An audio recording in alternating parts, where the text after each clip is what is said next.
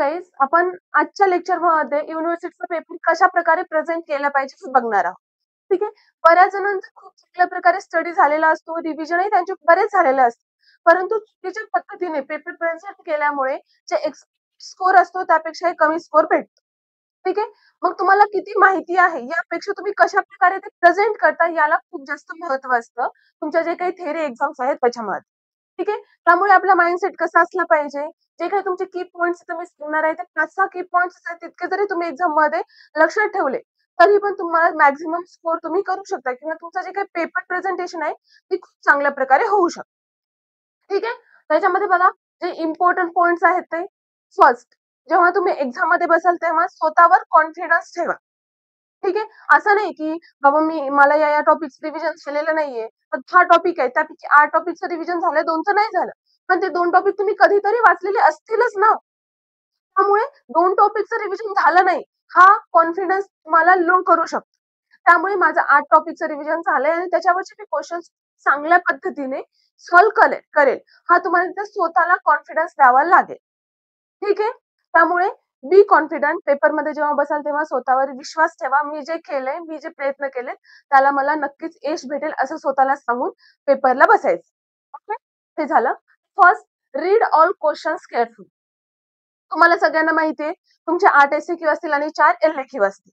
ठीक आहे. त्यापैकी स्टार्टिंगचे जे काही 20 आहेत ते एमसीक्यू असतील. एमसीक्यू वर पण तुमची जी काही पासिंग आहे ती खूप जास्त डिपेंड आहे. तुमचा स्कोर पण एमसीक्यू वर खूप जास्त डिपेंड आहे. एमसीक्यू जर तुमचे चांगले गेले तर तुमचा पुढचाही स्कोर वाढणार आहे. त्यामुळे जेव्हा तुम्ही एमसीक्यू सॉल्व्ह कराल तेव्हा केअरफुली रीड करायचे आहेत ते. त्याचे आन्सर्स पण केअरफुली रीड करायचे तर नंतरच तुम्हाला त्याचा आन्सर लिहायचा आहे. ठीक आहे. कन्फ्युजन वाटत असेल एमसीक्यू मध्ये तर तो एमसीक्यू तोपर्यंत तिथेच ठेवा, पुढचा एमसीक्यू सॉल्व्ह करा. परंतु लगेच पटापट ओव्हर कॉन्फिडन्स मध्ये जाऊन एमसीक्यू सॉल्व्ह करू नका. कारण की तिथं खटकन मार्क कमी होण्याचे चान्सेस असतात. ओके. त्यानंतर एसएक्यू प्रॉपर रीड करा, एलएक्यू प्रॉपर रीड करा. ठीक आहे. रीड केल्यानंतर सिंपल मिस्टेक्स होतात. तुम्हाला काय विचारतात, अधारणीय वेग वर्णन करायला विचारतात. काय करता, मला धारणीय वेग येतात, खूप चांगले येतात, सगळ्याला सगळं लिहून येत. काय फायदा आहे का त्याचा? तिथे तुम्हाला 0 स्कोर भेटेल आणि तिथे तुमचा टाइम वेस्ट होईल. त्यामुळे काय विचारलंय यावर फोकस करून तितकंच लिहा. ठीक आहे. Next, presence of mind. तेच प्रेझेन्स ऑफ माइंड असला पाहिजे की काय विचारलंय इथं.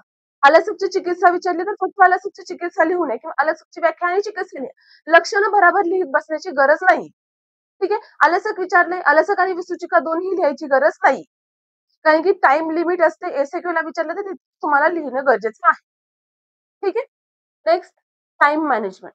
ही खूप जास्त महत्वाची आहे. जर इथं चूक, पूर्ण पेपर वाचलेला असतो, पेपर मधले सगळे क्वेश्चन्स अटेम्प्ट करता येतात, परंतु टाइम मॅनेजमेंट जमत नाही. एसएक्यू मला येतो या भ्रमामध्ये जाऊन खूप मोठे 4-4 पानाचे एसएक्यू लिहितो. तुम्ही एसएक्यू जरी 4 पानात लिहिलं तरी तुम्हाला 3.5-4 मार्काच्या वर मार्क भेटणार नाहीये. म्हणून लिमिटेड जितकं विचारलंय तितकंच लिहायचं, जास्त लिहित बसायचं नाही. ओके. आणि तुमच्या आत्ताचे जे काही पेपर निघतात त्यामध्ये स्पेसिफिक विचारतात की हे लिहा, व्याख्या, प्रकार, हेतू, चिकित्सा स्पष्ट करा, एवढंच विचारतात, तेवढंच लिहायचं. पण तुमचे जे मार्क्स आहेत त्यानुसारच डिवाइड झालेले असतात. व्याख्येला 1 मार्क, लक्षणाला 1 मार्क, असे ते मार्क डिवाइड झालेले असतात. मग तुम्ही फापड पसारा लिहिण्यात काहीच अर्थ नाही. Okay. Attempt easy questions first. आता इथं तुम्ही एलएक्यू वाचले, एसएक्यू वाचले. ओके. वाचल्यानंतर तुम्हाला एलएक्यू सोपे जातात का एसएक्यू सोपे जातात त्यानुसारच सुरुवात करायची. असं नाही की मला सिनियरनी सांगितले किंवा कोणत्या टीचर्सनी सांगितलं की एलएक्यू आधी सॉल्व्ह करायचे आणि नंतर मग एसएक्यू तर होतातच लास्टच्या अर्ध्या तासामध्ये. नाही होत. ठीक आहे. त्यामुळे तुम्हाला काय इझी जातं त्यावेळेस पेपर मध्ये ठरवायचंय की मी एसएक्यू सॉल्व्ह करू का मी एलएक्यू सॉल्व्ह. तर एसएक्यू 8 एसएक्यू आहेत त्यापैकी तुम्हाला भारी जमतात. पण एक एसएक्यू जमत नाही. तर मग ते 7 एसएक्यू सॉल्व्ह करा, एक एसएक्यू साठी जागा सोडा, एलएक्यू. पण एलएक्यू तुम्हाला 4ला 4 देतात आणि एसएक्यू मध्ये फक्त 4च एसएक्यू तुम्हाला कॉन्फिडन्स आहे की मी हे चांगलं लिहू शकेल. तर मग आधी एलएक्यू सॉल्व्ह करा, एसएक्यू आहे. ओके. क्लिअर. म्हणजे जे इझी वाटेल आणि जे तुम्ही चांगल्या प्रकारे प्रेझेंट कराल, कारण स्टार्टिंगचे जे काही क्वेश्चन्स असतील, तुमचे जे आन्सर असतील त्याच्यावर तुमचा पुढचा पेपर डिपेंड असेल. त्यामुळे जे क्वेश्चन्स चांगल्या पद्धतीने येतात ते आधी सॉल्व्ह करायचे. आणि हा, ते पेपर जेव्हा तुम्ही सॉल्व्ह कराल, असं नाही की मला 2 एल-ए-क्यू येतात आणि 2 एस-ए-क्यू येतात चांगले. मग तुम्ही फर्स्ट काय केलं, 2 एल-ए-क्यू सॉल्व्ह केले आणि नंतर मग एस-ए-क्यू कडे गेलात. ही चूक करायची नाही. ठीक आहे. 2 एल-ए-क्यू सॉल्व्ह केले, लगेच तिसरा आणि चौथा एल-ए-क्यू साठी तास सोडा किंवा तिथं ते सॉल्व्ह करा आणि पुढे एस-ए-क्यू सॉल्व्ह करा. जर तुम्ही एल-ए-क्यू सॉल्व्ह केले, मध्येच एस-ए-क्यू सॉल्व्ह करायला घेतले,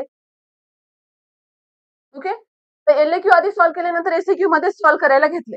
तर एक्झामिनरलाही कळणार नाही की तो एल-ए-क्यू आहे का एस-ए-क्यू आहे आणि त्याची चिडचिड होईल. त्यामुळे त्याचा इम्पॅक्ट तुमच्या स्कोरवर पडेल. त्यामुळे एल-ए-क्यू घेतले तर एल-ए-क्यूच सॉल्व्ह करा. एस-ए-क्यू घेतले तर एस-ए-क्यूच सॉल्व्ह करा. Next, mental preparation. ओके, ही खूप जास्त गरजेची आहे. Mental preparation for the out of syllabus questions. आता सगळे म्हणतात की एनसीआयएसएम नुसार सिलेबस, एनसीआयएसएम नुसार पेपर पडतोय, एनसीआयएसएम नुसार पेपर पडतोय. पण प्रत्येक पेपर मध्ये एक दोन तरी क्वेश्चन असे असतात की जे सिलेबस म्हणण्यापेक्षा थोडेसे फिरवणारे असतात. स्पेसिफिक संहितामध्ये तर आउट ऑफ सिलेबस काही पडत नाही, फक्त अनएक्सपेक्टेड क्वेश्चन्स पडतात. ज्या गोष्टीकडे आपण दुर्लक्ष करतो किंवा याच्यावर क्वेश्चन कधी आलाच नाही, त्याच्यावर क्वेश्चन नेमकं पडतं. म्हणून असे जर क्वेश्चन्स आले तर मेंटली आपण प्रिपेअर असलं पाहिजे. ठीक आहे. आता एसक्यू तुम्ही जेव्हा वाचताल, फर्स्ट मला येतो, सेकंड येतो, थर्ड येतो, फोर्थ येतो, फिफ्थ नंबरचा एसक्यू हे मी वाचलाच नाही. अरे हा त्या त्या अध्यायामध्ये होता परंतु मी त्याला वाचलं नाही, असं म्हणून आपण तिथं स्वतःला प्रेस करतो. त्यामुळे तसं करायचं नाहीये. ठीक आहे, एक दोन एसक्यू येत नाही, ते मी नंतर विचार करून सुरू करेल, असं स्वतःला सांगायचं आहे. आणि जे चांगले येतात ते चांगल्या प्रकारे तिथं मांडायचं आहे. ठीक आहे. अशा प्रकारचे आपले मेंटल प्रिपरेशन असणं खूप जास्त गरजेचं आहे. Okay, clear? एक थोडे पॉइंट्स आहेत आणि ते पॉइंट्स तुम्हाला क्लिअरली माइंड मध्ये फिट करायचे की बाबा मला जेव्हा पेपरला मी लिहायला बसेल तेव्हा मला या गोष्टी लक्षात ठेवायच्या. फर्स्ट, बसल्याबरोबर स्वतःला कॉन्फिडन्स द्यायचा आहे, मी केलंय मला येईल. ओव्हर कॉन्फिडन्स मध्ये जायचं नाही. ओके, फक्त कॉन्फिडन्स द्यायचा आहे. सेकंड, सगळे क्वेश्चन्स व्यवस्थित वाचायचे आहेत. जे क्वेश्चन्स चांगल्या प्रकारे येतात ते चांगल्या प्रकारे स्टार्टिंगला लिहायचा प्रयत्न करा. जसं मी सांगितलं तसं मेंटल प्रिपरेशन असू द्या, एक्झाम मध्ये काहीही होऊ शकतं. कसाही क्वेश्चन आला तरी मी त्याला अटेम्प्ट करेल, असं आपल्याकडे कॉन्फिडन्स असला पाहिजे. हे तुम्हाला पॉइंट्स लक्षात ठेवायचे. तर बघा, ही तुमची आन्सर की आहे. त्याच्यामध्ये आपण बघणार की प्रकारे तुम्ही कसे कसे पॉइंट्स लिहिले पाहिजे, एकदम इझी वेने बघणार आहोत.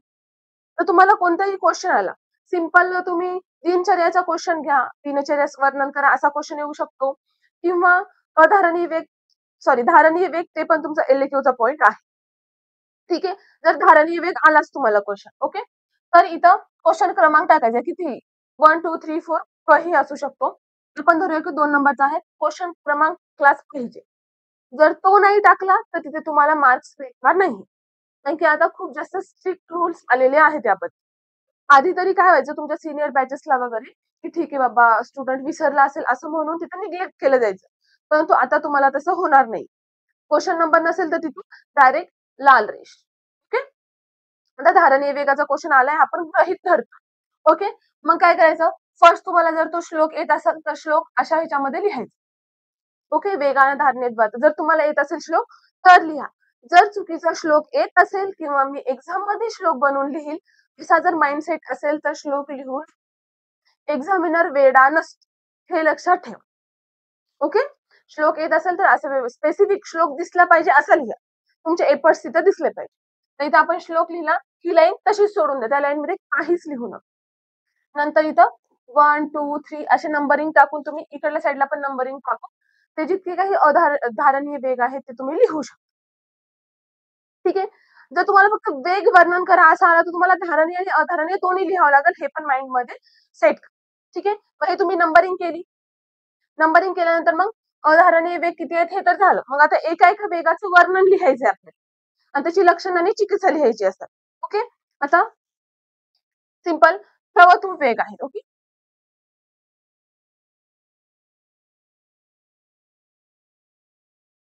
किंवा तुमच्या आवडीचं छर्दी घ्या, कोणताही वेग असेल तर ते वेग लिहायचा आधी इथं, इथं म्हणण्यापेक्षा इथं लिहा. छर्दी वेग असं लिहिलं, मग इथं असं टिंब देऊन सोडून द्या आणि इथं लक्षणे लिहा. स्पेसिफिक दिसली पाहिजे, इथं चिकित्सा लिहा. स्पेसिफिक हे पॉइंट दिसले पाहिजे की इथे लक्षणे आहेत आणि इथे चुकीचं आहे म्हणून.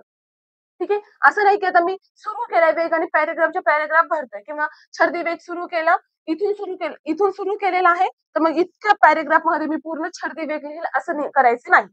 ठीक आहे. स्पेसिफिक मार्किंग द्यायची. नंतर लक्षणे आणि चिकित्सा असं तिथे दिसलं पाहिजे स्पष्ट. ठीक आहे. सेम तुम्हाला दिनचर्यावर आला क्वेश्चन किंवा आणखी दुसरा कोणता क्वेश्चन जसं की साध्य असाध्यत्व व्याधीचं लिहा म्हणून आला. त्याचा सिंपल चार्ट टाका. चार्ट मध्ये स्पष्ट होतं. एक्झामिनरलाही कळतं की बाबा ह्याला सगळे पॉइंट्स माहिती आहे. आणि नंतर एक एक एक एक एक एक पॉइंट नुसार लिहायचं. ठीक आहे. पण हे पॉइंट्स दिसले पाहिजे. इथं मेन जे काही मेन पॉइंट आहे तो मेन पॉइंट आला पाहिजे. यामधला सब पॉइंट हा इथंच आला पाहिजे. ओके. आणि पुढे मग इथून पुढे ह्याचं एक्सप्लेनेशन लिहायचं. जेणेकरून पेपर पण बघताना सुंदर दिसतो पेपर. ठीक आहे. इथं तुम्ही मेन पॉइंट लिहिला लगेच इथं सब पॉइंट लिहिला तर ते बघणाऱ्यांना चांगलं नाही वाटत. त्यामुळे तुमचं तिथे प्रेझेंटेशन चुकू शकतं. ठीक आहे. त्यामुळे आपल्याला इथं मेन पॉइंट आणि इथून सब पॉइंट आणि मग इथं 2-3 2 इथं पुढे पॉइंट सुरू करायचे. ओके. श्लोक लिहिल्यानंतर असे बॉक्स करू नका शक्यतो. ओके. फक्त तुम्ही हे असं करू शकता श्लोकला स्पेसिफिक दिसण्यासाठी. किंवा जर श्लोक लिहिला असेल तर श्लोकच्या खालची लाईन सोडून द्या. त्याच्या खाली एक्सप्लेनेशन लिहा म्हणजे श्लोक तुमचा उठून दिसेल. ओके. क्लिअर सगळ्यांना पॉइंट्स?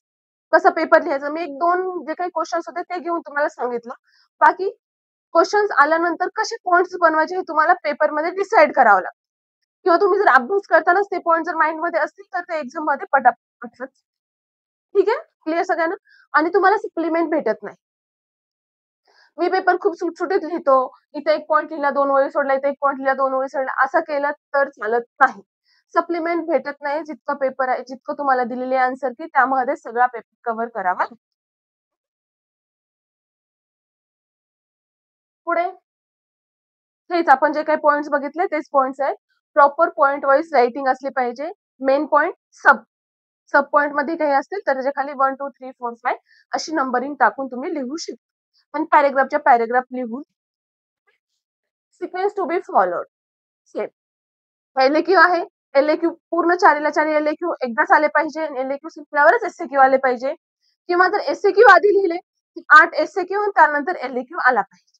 ठीक आहे. तर एसएक्यू आणि एलएक्यू तुम्ही जर मध्ये मिक्स केले तर तिथे तुमचे मार्क कट व्हायचे चान्सेस असतात. कारण की एक्झामिनरला पण कळत नाही तो एसएक्यू आहे का एलएक्यू आहे. आणि त्याच्याकडे इतका वेळ नाहीये की ते शोधेल तुमचं क्वेश्चन कोणता आहे. त्याच्याकडे खूप सारे पेपर आलेले असतात. त्याच्यावरही प्रेशर काही असतं. त्यामुळे पेपर तुमचे पटापट, पटापट चेक होतात. तुम्ही जशा छोट्या-छोट्या मिस्टेक केल्यानंतर त्याचा इम्पॅक्ट तुमच्या स्कोरवर पडू शकतो.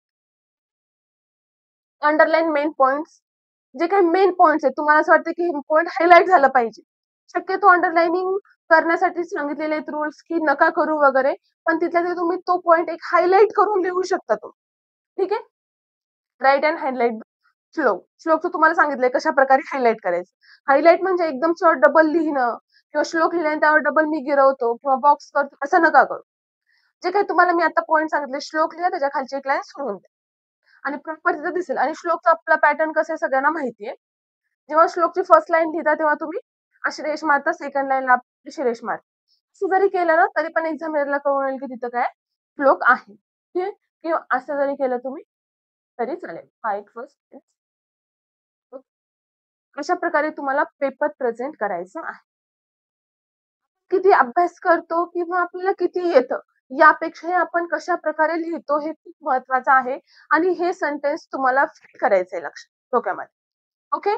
ठीक आहे. होप सो सगळ्यांना समजलं असेल. तुमचं रिव्हिजनही खूप चांगल्या प्रकारे चालू असेल. आयुर्वेदा मराठीची टीम पूर्ण तुमच्या जर्नीमध्ये तुमच्या सोबत होती.